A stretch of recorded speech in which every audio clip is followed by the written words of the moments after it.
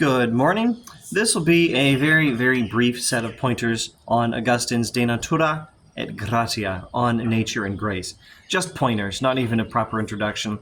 In De Natura et Gratia, Augustine responds to a book of Pelagius. So Pelagius thought that we have the ability to be without sin in this life. Not that he ever did it, not that maybe anyone ever did it, but it's possible, thought Pelagius. Augustine disagrees.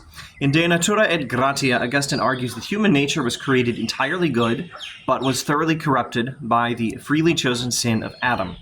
If we could be saved by our own efforts, the Bible would not teach that faith is necessary for salvation. Only the grace of God, and that grace of God is freely given, only that freely given grace of God can restore our ability to love and obey God. Pelagius' mistake was to deny that human nature had been corrupted by sin. So, Augustine is critiquing Pelagius using some of the same theology, philosophy, the same arguments, the same strategies, the same ideas he'd used in critiquing the Manichaeans. If you don't know what I'm talking about, find earlier videos in this series that go over that. In talking to the Manichaeans, Augustine had explained that evil is not a nature in itself. It's a corruption of a thing which is, in its own created nature, good. And so basically what Augustine is doing is trying to apply the Christian worldview to the idea of nature. Now, here we have this huge problem that the word nature is misunderstood. Without going into a lot of detail or spending a lot of time on it or interrupting myself too much, let's just say nature means approximately ordered reality. It doesn't mean the laws of physics. It doesn't mean what happens automatically or without human intervention.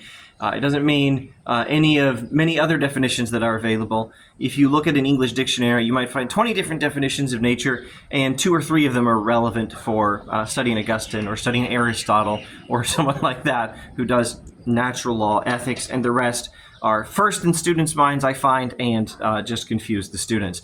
But nature in Augustine here roughly means ordered reality. So Augustine's taking the Christian worldview, which means creation, fall, redemption.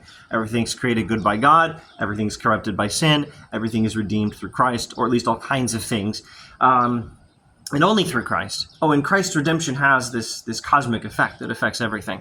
So Augustine's taking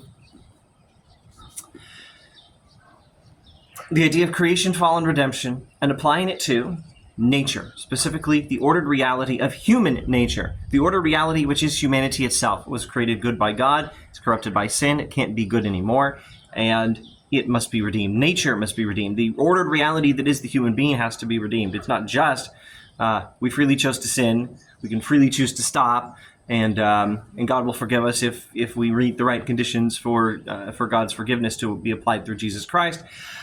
It's also that human nature itself was created good. Human nature itself is corrupted by sin. Human nature itself has to be redeemed. That ordered reality, which is humanity, was created good, corrupted by sin, and must be redeemed. And Augustine had done this in fighting with the Manichaeans. He's doing the same thing in fighting with the Pelagians now. Only Pelagius did not deny that what God created is good. The Manichaeans made that mistake. Pelagius did not make that mistake.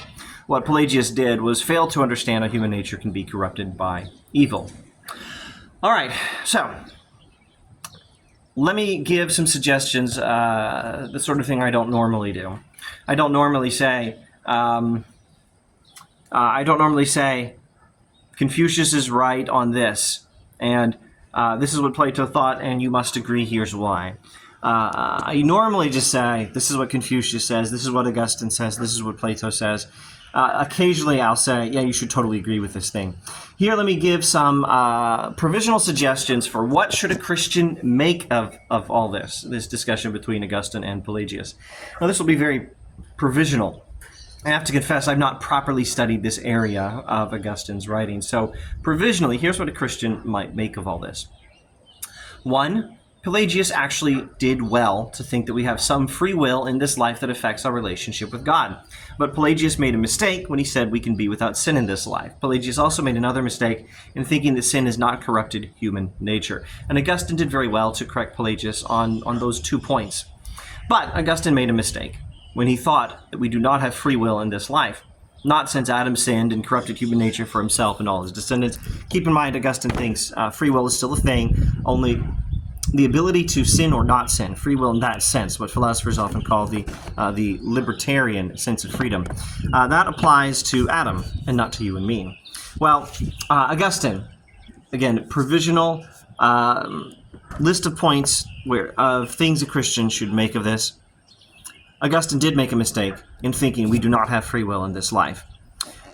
A Christian can affirm that we do have free will while denying that we have the ability to be without sin. We have some free will, some ability to do or not do a thing that affects our relationship with God without having the ability to not sin.